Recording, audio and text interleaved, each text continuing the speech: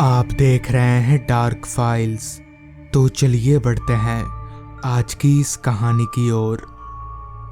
शाम के तकरीबन 6 बजे मैं जब नीलगढ़ गांव के बस स्टॉप पर उतरा तो मेरा मन जरा भी खुश नहीं था।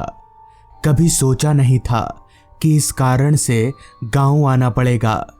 दरअसल अभी थोड़ी देर पहले ही मुझे दादाजी का फोन आया था। फोन पर उन्होंने बताया कि दादी जी अब इस दुनिया में नहीं रहीं। ये खबर सुनकर मुझे आज 20 सालों के बाद अपने गांव जाना पड़ रहा है, क्योंकि मैं एक अरसे के बाद अपने गांव आया था। इसलिए रास्ता पहचानने में मुझे थोड़ी तकलीफ हो रही थी। और क्योंकि गांव में यहाँ सिर्फ दादाजी और दादी माँ ही रहते थे, इसलिए बस स्टॉप पर कोई लेने भी नहीं आ सका। खैर, जैसे तैसे रास्ता ढूंढते ढूंढते मैं अपने घर पहुंचा। लाश के पास दादाजी और आसपास के 2-4 लोग बैठे हुए थे, क्योंकि जिस इलाके में दादाजी का घर था वहां मुश्किल से आसपास 3 या 4 घर ही होंगे। शुरुआत में तो दादाजी ने मुझे पहचाना ही नहीं, मगर जब मैंने उन्हें अपना परिचय दिया तो वो मुझे पहचान गए। लाश को आज के आज ही जलाना बेहद ज़रूरी था, क्योंकि लाश के अंदर से अभी से ही थोड़ी थोड़ी दुर्गंध आनी शुरू हो गई थी। गांव में ना तो बर्फ का जुगाड़ था और ना ही किसी और चीज का। ऊपर से अब कोई लाश को देखने वाला भी नहीं आने वाला था। वहां मौजूद सारे लोगों से जैसे ही मैंने इस वक्त लाश को शमशान ले जाने की बात कही तो सारे के सारे एकदम से पीछे हट गए। उनका कहना था कि आज अमावस की रात है और अमावस की रात शमशान में जाना ठीक नहीं होगा। मैंने उन्हें समझाने की बहुत कोशिश की, मगर उनमें से कोई भी शमशान जाने को राजी नहीं हुआ। शाम धीरे धीरे रात में तब्दील हो रही थी। समझ नहीं आ रहा था कि अब क्या करूं, अकेले लाश को शमशान कैसे ले जाऊं। तभी मेरे दिमाग में एक आइडिया आया, जिसका जिक्र करते हुए मैंने वहां मौजूद लोगों से कहा, अच्छा, आप लोग शमशान नहीं जा सकते ना, पर एक ठेला गाड़ी का तो इंतजाम कर सकते हैं। मेरे इतना कहने पर गांव वालों ने एक ठेले वाले को किसी तरह ज्यादा पैसों का लालच देकर शमशान जाने के लिए हाँ बुलवा दिया। ठेले वाला अपना ठेला लेकर दरवाजे के ठीक बाहर खड़ा था। फिर मैंने और 2-4 लोगों ने मिलकर लाश को ठेले में चढ़ा दिया। लाश का चेहरा अभी भी कफन से ढका हुआ था, क्योंकि मैं एक ही बार शमशान में जाकर ही दादी जी का चेहरा देखने वाला था। लाश को ठेले पर चढ़ाने के बाद जो जगह बची वहां मैं बैठ गया और ठेला गाड़ी शमशान की तरफ चल पड़ी। ठेले वाला सामने की ओर बैठकर तेजी से पैडल मार रहा था, जैसे उसे शमशान पहुंचने की जल्दी हो। जिस पर मैंने उस ठेले वाले से कहा, आराम से चलाओ यार, इतनी जल्दी क्या है। इस पर ठेले वाला बोला, साहब रात होने वाली है, जितना जल्दी शमशान जाकर वापस आ जाएंगे हमारे लिए उतना अच्छा है। आज अमावस की रात है ना। खैर, मैं इन सब तकियानुसी बातों पर विश्वास तो करता नहीं था, लिहाजा मैं चुपचाप ठेले पर ही बैठा रहा। मैंने अपने एक हाथ से लाश के कफन को पकड़कर रखा था, ताकि तेज हवा के चलते कफन उड़ ना जाए। ठेला गाड़ी गांव के उस कच्चे रास्ते पर पूरी रफ्तार से चल रही थी। रास्ता इस कदर खाली था कि अगर उस रास्ते पर किसी का एक्सीडेंट हो जाए तो पानी पिलाने वाला भी कोई नहीं मिलेगा। दोनों बाजू जंगल और एक लंबा चौड़ा रास्ता। अभी हम लोग आगे बढ़ ही रहे थे कि तभी रास्ते के किनारे हमें कोई बूढ़ी औरत नजर आने लगी, जो कि हाथ दिखाकर ठेला गाड़ी रोकने का इशारा कर रही थी। जिस पर मैंने ठेले वाले से कहा, रुको रुको, ठेला रोको, शायद इन्हें कोई मदद की ज़रूरत है। हालांकि ठेले वाला ठेला रोकने को तैयार नहीं था, मगर मेरे जिद करने पर उसने ठेला रोका। ठेला रोकते ही वो बूढ़ी अम्मा जैसे तैसे ठेले में चढ़कर बैठी और हम लोग वापस से आगे बढ़ने लगे। मगर पता नहीं क्यों उस बुढ़िया का चेहरा मुझे कहीं देखा देखा सा लग रहा था, जैसे मैंने उसे पहले कभी देखा हो। तभी मैंने उस बुढ़िया से पूछा, अम्मा, इतनी रात गए कहाँ जा रही हो? इस पर बुढ़िया बोली, शमशान जा रही हूँ बेटा, तुम लोग वहीं जा रहे हो ना? इस पर मैंने अपना सिर हाँ में हिलाया और पूछा, शमशान में इतनी रात गए आपको क्या काम है? इस पर बुढ़िया ने बात को ये कहकर टाल दिया कि कुछ काम है। मुझे भी लगा शायद होगा कोई काम, जिसके बाद मैंने भी और कुछ नहीं बोला। अभी मैं चुपचाप ठेले पर बैठा ही था कि तभी अचानक मेरी आंखों में कुछ चला गया। मैंने अपना आंख मीचने के लिए जैसे ही अपना एक हाथ लाश के सिर की तरफ कफन से हटाया तो वो कफन हवा में लहराने लगा। इससे पहले कि मैं कफन को ठीक से पकड़ता, उस बुढ़िया ने ही कफन को एकदम से धर दबोचा और दादी माँ का चेहरा दिखने नहीं दिया। तभी वो बुढ़िया मुझसे बोली, इसको ठीक से पकड़ो, हवा में उड़ जाएगा वरना। पहले उस बुढ़िया का चेहरा, अब आवाज, दोनों ही मुझे बहुत जाने पहचाने से लग रहे थे। खैर, कुछ ही देर में हम लोग शमशान पहुंच गए। नीलगढ़ गांव के शमशान में ये मेरा पहली बार आना हुआ था। तब रात के 9 या 9:30 बज रहे होंगे। मैंने और ठेले वाले ने मिलकर लाश को नीचे उतारा। तभी मैंने ठेले वाले से कहा, चलो भाई, हाथ लगाओ थोड़ा, लाश को अंदर तक ले चलो। इस पर ठेले वाला बोला, देखो साहब, मैं अंदर नहीं जाएगा, अपनी यहीं तक बात हुई थी शमशान जाने की, बस इसके अंदर मैं नहीं जाएगा। ठेले वाले की बात सुनकर मेरे बगल में खड़ी उस बुढ़िया ने कहा, चलो बेटा, मैं तुम्हारी मदद कर देती हूँ, ये नहीं जाएगा शमशान में। इससे पहले कि मैं उस बुढ़िया को कुछ बोलता, उसने झुककर लाश को एक तरफ से पकड़ लिया। मैं भी कुछ बोल नहीं पाया और लाश को दूसरी तरफ से पकड़कर शमशान के अंदर ले जाने लगा। शमशान पूरी तरह से खामोशी के गिरफ्त में था। दूर दूर तक हमारे अलावा और कोई इंसान नहीं था। शमशान के अंदर जाकर हमने लाश को जमीन पर रखा और मैं उस बुढ़िया को लाश के पास रखकर लकड़ियां लाने चला गया। शमशान चारों तरफ से जंगलों से घिरा हुआ था, इसलिए लकड़ी खोजने में मुझे कुछ खासा दिक्कत नहीं हुई। लकड़ियां लेकर मैं वापस दादी माँ की लाश के पास आया। वो बुढ़िया अभी भी उसी तरह से लाश के पास ही खड़ी थी। खैर, मैंने चिता सजाना शुरू किया। चिता सजाने के बाद अब सिर्फ लाश को जलाना ही बाकी रह गया था। इसलिए मैंने सोचा 20 सालों के बाद एक आखिरी बार दादी माँ का चेहरा देख लूं। ये सोचते हुए मैंने जैसे ही लाश के चेहरे पर से कफन हटाया तो मेरे होश उड़ गए। मुझे मेरी आंखों पर यकीन नहीं हो रहा था, क्योंकि दादी माँ का चेहरा और मेरे बगल में खड़ी उस बुढ़िया का चेहरा एक ही था।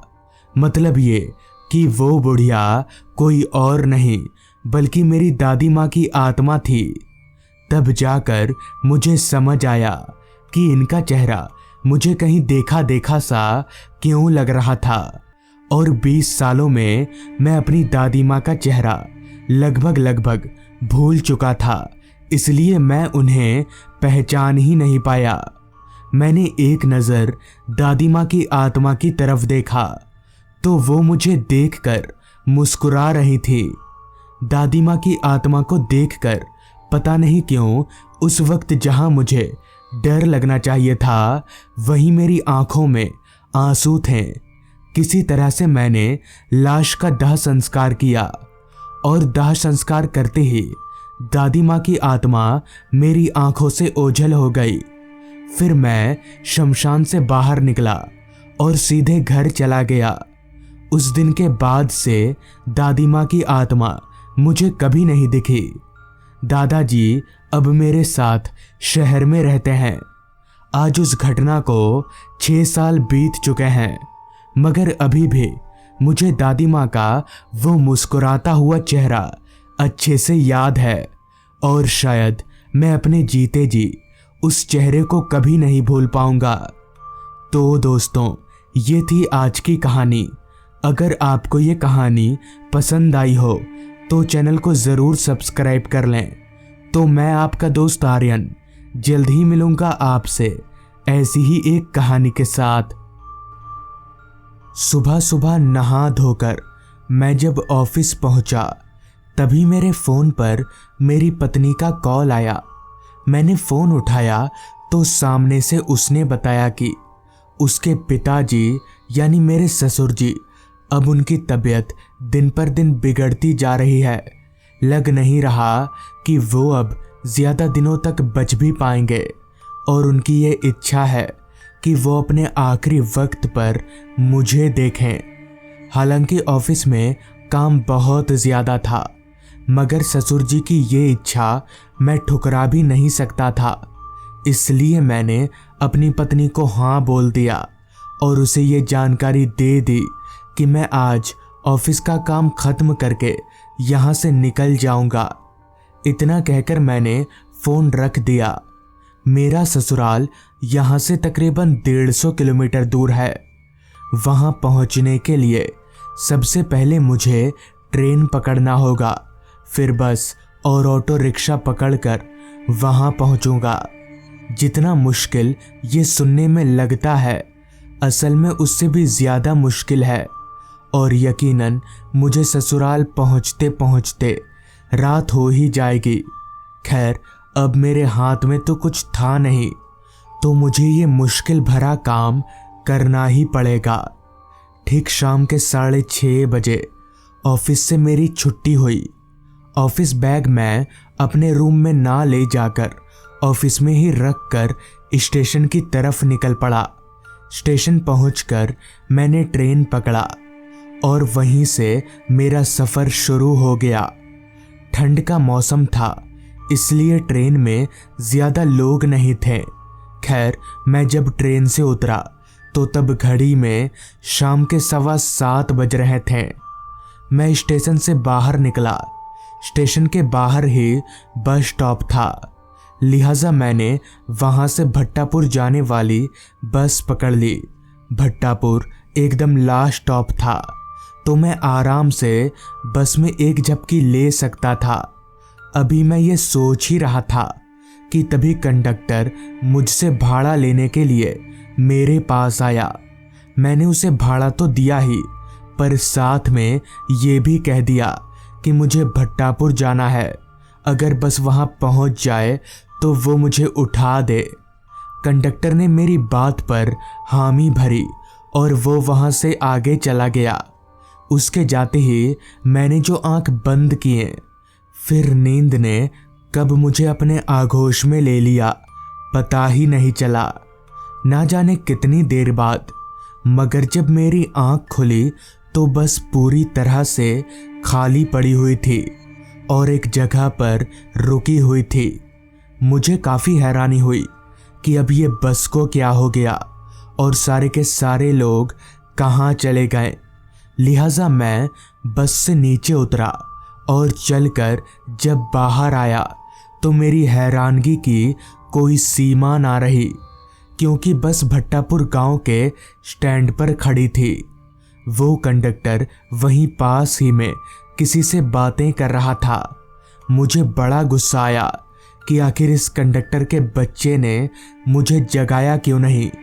मैं गुस्से से लाल होकर उस कंडक्टर के पास गया और बोला, तुमने मुझे जगाया क्यों नहीं? इस पर कंडक्टर बोला, जगाने की बहुत कोशिश की मैंने आपको, पर आप जागे ही नहीं। कहाँ जाना है आपको? इस पर मैंने कहा, मुझे मुखिया जी के घर के पास जाना है। इस पर कंडक्टर बोला, मुखिया जी का घर? पुराना बरगद? वो तो काफ़ी दूर है। अब कोई सवारी नहीं मिलेगी आपको, पैदल ही जाना होगा। कंडक्टर की बात सुनकर मैं काफ़ी परेशानी में पड़ गया। मुझे समझ नहीं आ रहा था कि अब क्या करूं। इतनी रात गए मैं घर कैसे जाऊं। इतने में ही उस कंडक्टर ने फिर से कहा, साहब एक काम करिए, आप रोड से ना जाकर मैदान वाले रास्ते से चली जाइए, वो रास्ता छोटा पड़ेगा। मुझे उसकी बात ठीक लगी और मैं वहां से चल पड़ा अपने घर की ओर। चलते हुए जैसे ही मैं बस स्टैंड से बाहर निकला तो मुझे सामने एक मिठाई की दुकान नजर आई।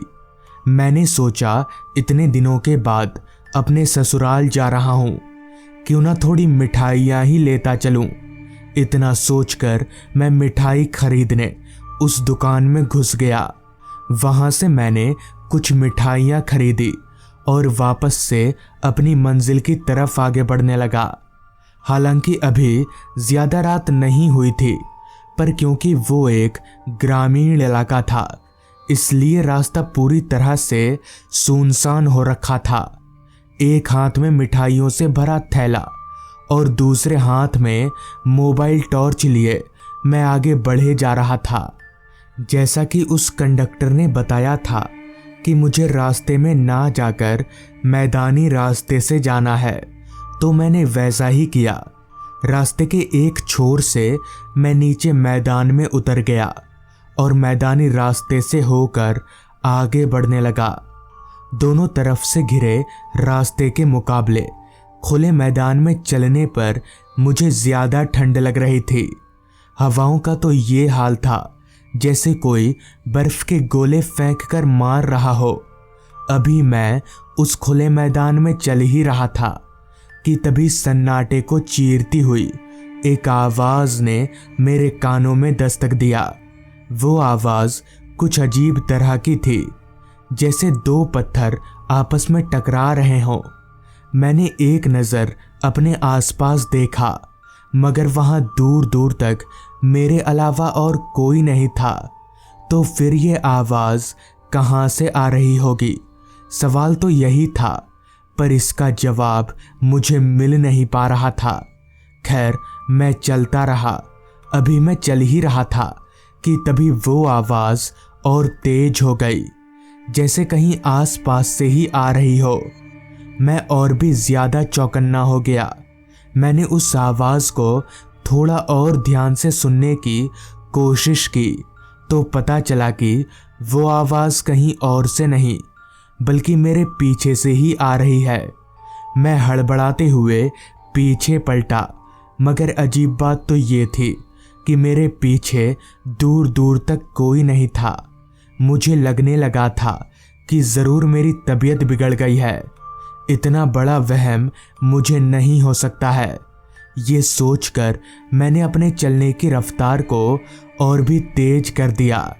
अभी मैं तेजी से आगे बढ़ ही रहा था कि तभी मैंने जिस हाथ में मिठाई का थैला पकड़ा हुआ था, उसी हाथ पर मुझे कुछ महसूस हुआ।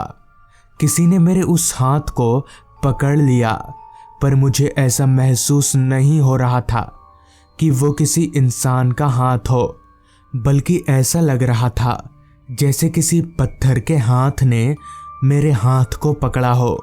मैं तुरंत पीछे पलटा तो पीछे का नज़ारा देखकर मेरे डर की कोई सीमा ना रही, क्योंकि ठीक मेरे पीछे एक इंसानी कंकाल खड़ा था। उस कंकाल की आंखें सफ़ेद चमक रही थी और उसके पूरे शरीर में मांस का एक टुकड़ा भी नहीं था। मुझे समझ आ गया कि पत्थर टकराने की आवाज़ इसी कंकाल में से आ रही थी। मैंने उस कंकाल से तुरंत अपना हाथ छुड़ाया और वहाँ से दौड़ना शुरू कर दिया। मैं बिना कुछ सोचे समझे बेतहाशा बस भागे जा रहा था। यहाँ तक कि डर के मारे मैं पीछे पलटकर भी नहीं देख रहा था। जी जान लगाकर अभी मैं उस मैदान में भाग ही रहा था कि तभी मुझे एक छोटी सी झोपड़ी नजर आई। मैंने सोचा कि अभी इस झोपड़ी में जाकर बैठ जाता हूँ, बाद में जो होगा देखा जाएगा। लिहाजा मैं दौड़ते हुए उस झोपड़ी के दरवाजे पर गया और दरवाज़ा पीटने लगा। मेरे 2-3 बार दरवाज़ा पीटने पर शॉल ओढ़े एक आदमी ने दरवाज़ा खोला। मैं बिना किसी सवाल जवाब के झोपड़ी के अंदर घुस गया। तभी वो शॉल वाला आदमी चलते हुए मेरे पास आया और बोला, क्या हुआ, ऐसे हाँफ क्यों रहे हो तुम? इस पर मैंने उस आदमी को पूरी बात बता दी। मुझे उस आदमी का चेहरा नहीं दिख रहा था, क्योंकि एक तो उसने शॉल से सारा कुछ ढक रखा था, दूसरा झोपड़ी के अंदर कोई लाइट वगैरह नहीं जल रही थी। तभी उस आदमी ने मुझसे कहा, तुम बैठो, मैं पानी लेकर आता हूँ। इतना कहकर वो आदमी झोपड़ी के एक कोने की तरफ जाने लगा, पर वो जैसे जैसे चल रहा था वैसे वैसे मुझे वही पत्थर टकराने की आवाज़ आ रही थी। मुझे बड़ा अजीब लगा कि यहाँ पर वो आवाज़ क्यों और कैसे आ रही है।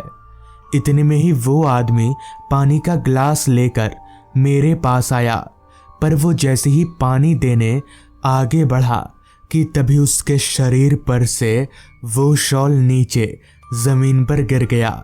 तो मैंने जो देखा वो मेरे होश उड़ा गया, क्योंकि पानी का गिलास लिए वही कंकाल ठीक मेरे सामने खड़ा था।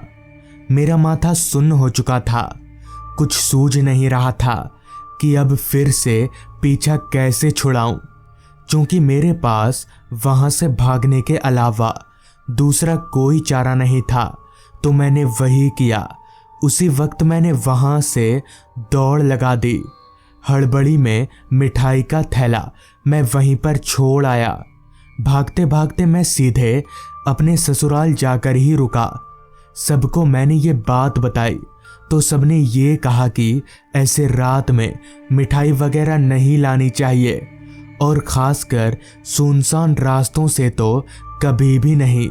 हो सकता है मिठाई के साथ साथ कोई बुरी बला भी हमारे साथ घर आ जाए।